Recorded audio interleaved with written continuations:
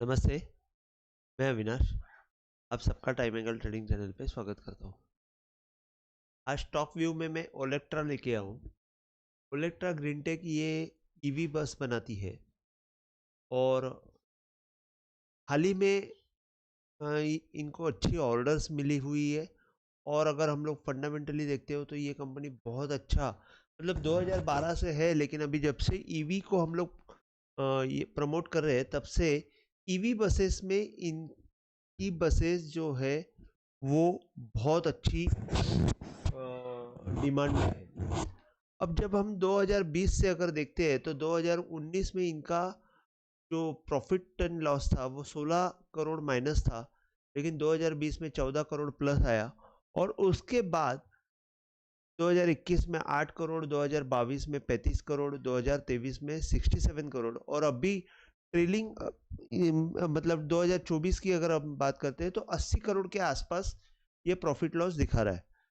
जो अगर हम देखते हैं तो ईयर ऑन ईयर 50% से लेके 100% तक इनकी ग्रोथ है, और उस हिसाब से इनका पी जो है वो बहुत ज्यादा है। पी 175 है और मार्केट रेट जो है 1656 है। अब यहाँ पे ओलेक्ट्रा ने बहुत अच्छा ब्रेकआउट दिया हुआ है। यहाँ पे अगर आप देखते हो तो प्राइस में बहुत अच्छा ब्रेकआउट दिया हुआ है, 1800 तक जाके अभी 1655 में खेल रहा है। तो यहाँ पे चार्ट में देखिए, मैं आपको बोलता हूँ कि वीकली टाइम एंगल पे ये बहुत अच्छा ब्रेकआउट आया हुआ है। और वीकली टाइम एंगल कैसे काम करते हैं वो आप देख लीजिए।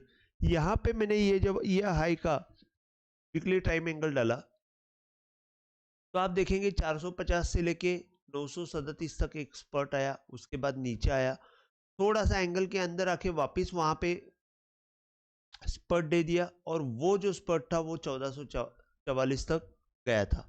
अब वहां से वापस एक बार नीचे आके ऊपर की तरफ निकल गया, और यहाँ पे देखिए एवरी हाई पे मैंने जैसे ये टाइम एंगल डाला हुआ है वहां से बहुत अच्छा ब्रेकआउट मिलते हुए देख रहे हैं। और टाइम एंगल की स्पेशलिटी ये है कि जैसे बंदूक से निकलती है गोली तो रिटर्न नहीं आनी चाहिए, उस हिसाब से आप देखेंगे यहाँ से ये गोली निकल गई, वापस रिटर्न नहीं आई, टच होके वापस ऊपर की तरफ निकल गई। यहाँ से अगर हम देखते हैं तो अभी 1470 का ही वैल्यू है, आप 1450 का वैल्यू पकड़ लीजिए, और अभी ओलेक्ट्रा जो है 1655 के आसपास है, तो 200 रुपया का एक रिस्क है। अगर आप देखते हैं तो 200 रुपया के रिस्क के सामने आपको ओलेक्ट्रो में यहाँ से मैं बोलूँगा डबल होने की फुल चांसेस है।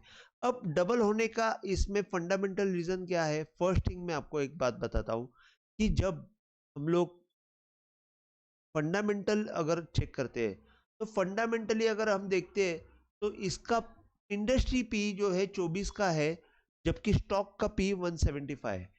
ये बहुत ज़्यादा है, लेकिन ये मैं बोलूँगा कि ये फेयर वैल्यू के आसपास है। ये अगर आप समझ के लेंगे तो कैसे होगा? फेयर वैल्यू कैसे निकलते हैं? तो हम लोग अगर मैक्स टू मैक्स 5 साल का, जैसे कि जब से 5 साल में अगर हम लोग देखते हैं ये कंपनी अच्छा काम कर रही है, तो 5 साल का अगर हम लोग पी देखते हैं तो 5 साल का मीडियन पी जो है 138 का है, और अभी का पी जो है 175 का है। तो इस हिसाब से 5 साल का पी अगर हम लोग देखते हैं तो इस हिसाब से पी जो है वो मेरे ख्याल से फेयर वैल्यू के आसपास है, और इसमें आगे चल के और बढ़ने की गुंजाइश है। और इसमें अगर हम लोग देखते हैं तो ये जो हाई है 370 का पी और 61 का पी, तो 370 आप 300 और पकड़ लीजिए, 300 का 75% अगर पकड़ते हैं तो 210 होता है।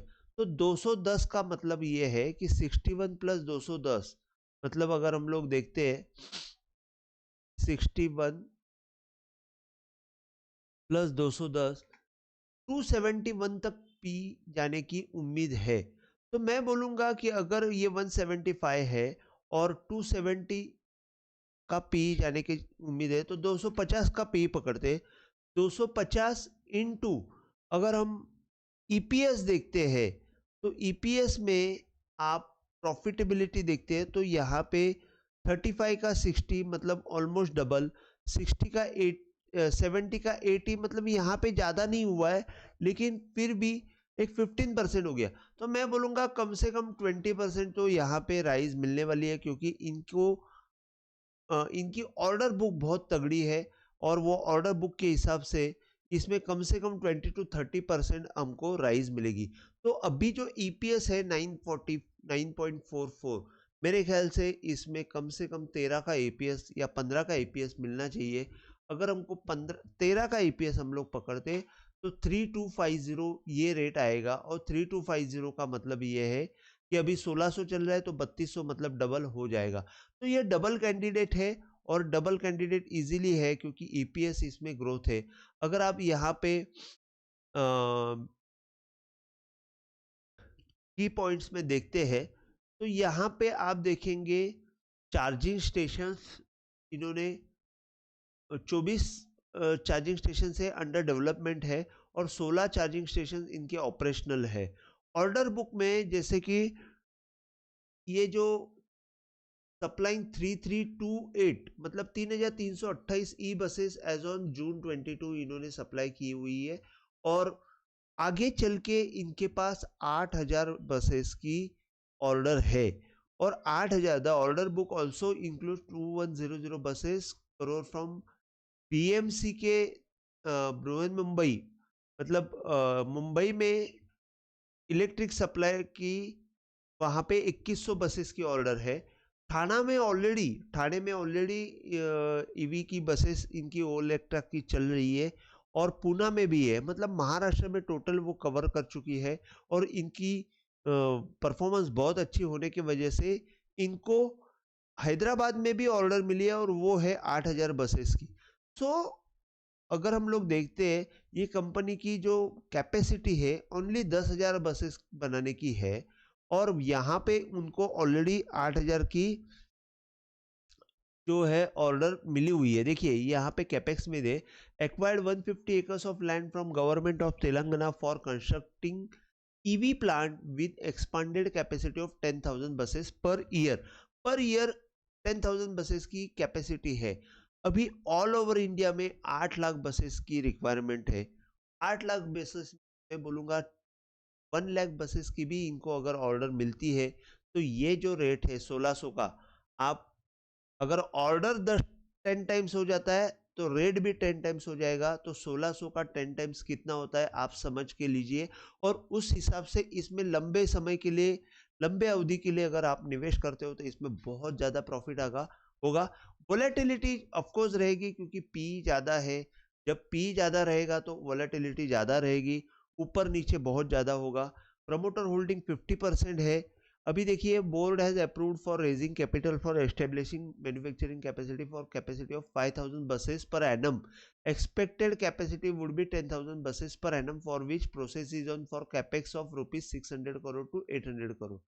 और यहाँ से ये कंपनी फंडामेंटल वाइज बहुत बढ़िया लग रही है। अगर आप देखते हो तो कॉन्स में और प्रोज में बुक वैल्यू, कॉन्स में सबसे बड़ी बात है बुक वैल्यू से ये ज़्यादा, बुक वैल्यू से बहुत ज़्यादा बड़ी है, 15.6 टाइम्स बड़ी है। और यहाँ पे आप देखेंगे क्वार्टर ऑन क्वार्टर रिजल्ट्स अच्छे हैं। Good profit growth of 50% of last 5 years, सबसे बेस्ट पार्ट यही है। इसके बाद अगर आप देखते हो तो बैलेंस शीट में 840 का रिजर्व है, और बोरोइंग जो है 131 करोड़ का है, तो ये कंट्रोलेबल है, कोई ज़्यादा प्रॉब्लम नहीं है। अगर हम 50% प्रमोटर देखते हो तो एफआई का 7% है, और पब्लिक के पास 42% है। तो इस हिसाब से अगर हम लोग देखते हैं तो मेरे हिसाब से ये ओ इलेक्ट्रा जो है, आप समझ के लीजिए, मैं एक ही बात बोलता हूँ कि 10 टाइम्स इनकी ऑर्डर बुक बढ़ने वाली है, तो रेट कितना बढ़ेगा ये आप समझ के लीजिए।